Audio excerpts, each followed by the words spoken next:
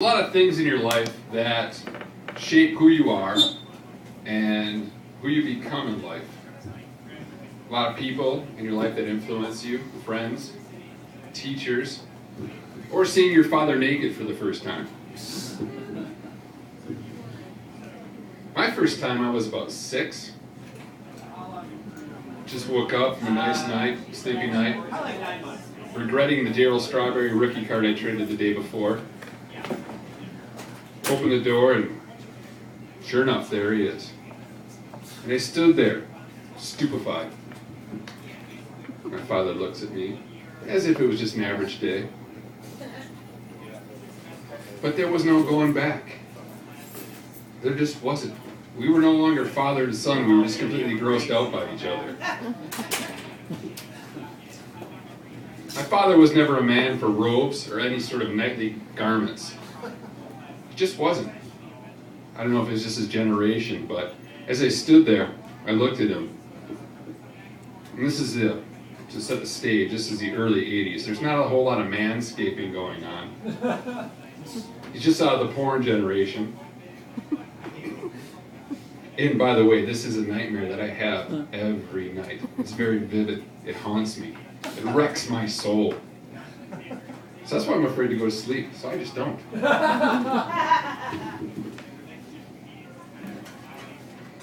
So,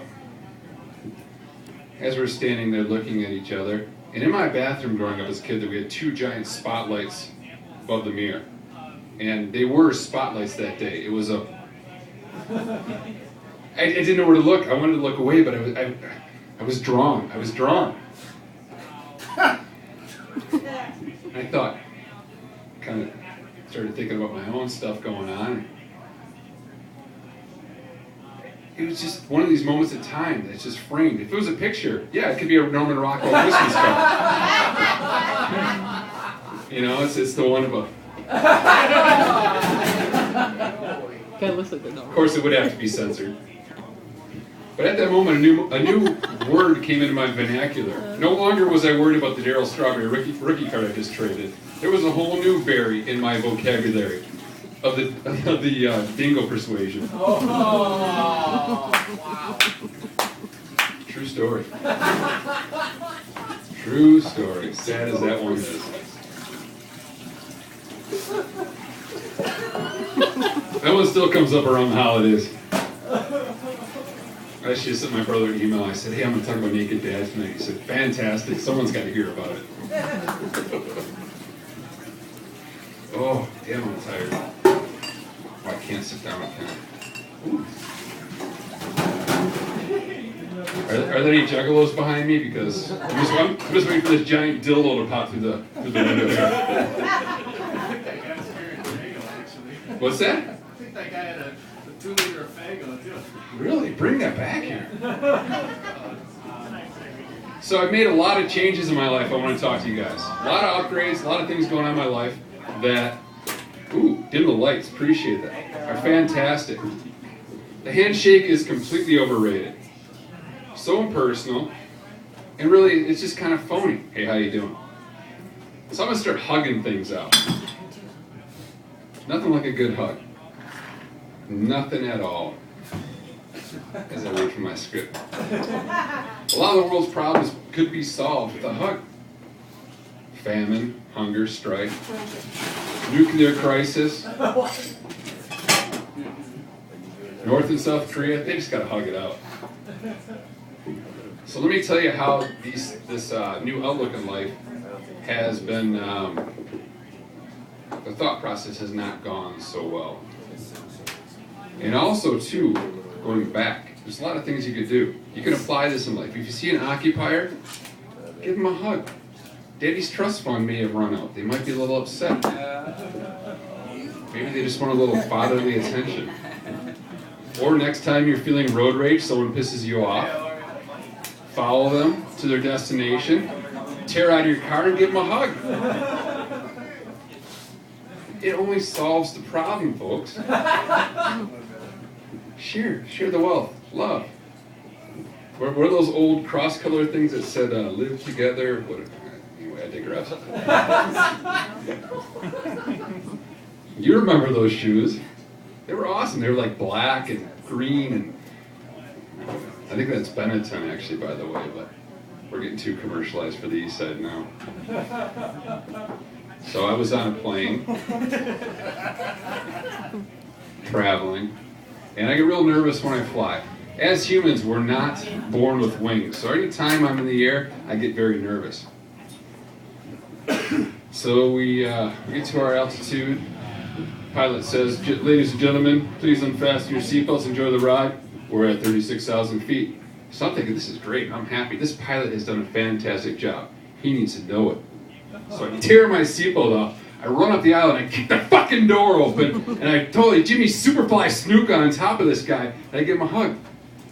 I'm currently blacklisted from all major airports. Hug it out. That's right, we gotta hug it out. We just do. There's also another time around the Christmas time. I like getting Christmas cards. I get like 3, but when they come, I'm so ecstatic. So when I see my mailman drive down into my driveway to my mailbox, I'm thinking, oh, today's the day, today's the day. Finally one came. He's like, oh, here's your mailbox. Or here's your mail, sorry. That was my mailbox, yes. But, so I'm so excited. I'm just besides myself. I finally got my Christmas card. So as he's putting the mail in the rest of the box, I come around him and I give him a big giant bear hug from behind. I got tasered for that one.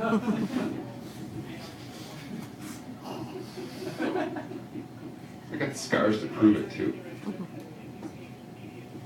So. See him. You want to see them, really?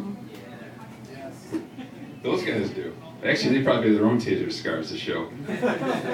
There's probably going to be a couple handed out tonight. I fucking love this band! Whoa! Hey, by the way, Keith, I don't know if you heard, the potty is overflowing.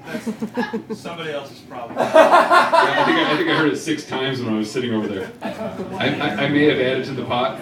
Not. Oh, wait, this is being taken. No, I'm just kidding.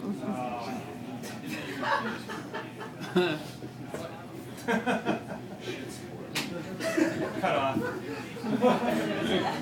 That's why I go next door to the Black Rose, actually. So anyone in the room play Words with Friends? Words with Friends, Em? So I've noticed something. As I'm playing Words with Friends, all my friends seem to want to air their grievances in Words with Scrabble. Or Words with Friends, which is Scrabble. But they all want to tell me something that they won't tell me to my face. So, we're playing words, and as this started happening and occurring, I thought about it. I thought, well, it's just words in their little tile thing below. But there were certain words that reoccurred, certain words that kept coming back. Shallow. Unfunny. And the one I see all the time is loser. I got a little offended. So I went back, ass. Twat was a good one. And that one's got a W, which is 4 points, by the way. But if you ever want, but that is the thing. If you ever want to know how somebody feels about you, you take them to the Scrabble board. Just put it out there. Set the rules early, but you also can apply that to relationships and people that you date. Because when you first start out, there's a lot of happiness, love, content is a good one. I think there's enough tiles to spell that, I think. But as the relationship progresses, there's a little tension. Everyone's not happy. People are feeling hurt. So there's words of vacation, roses for the ladies in the crowd. And then finally get to the point where you realize this person just has to go away. You just cannot tolerate this person. So where are you going to tell them? You're going to tell them on the fucking Scrabble board. That's where you're going to tell them. My ex-wife was very good at this. So words came. Anguish. Another A word. Anger. But one that really fucking freaked me out was dismember. That was when divorce was filed and I was on my way. I'm not going to be bobbatized over a game of Scrabble.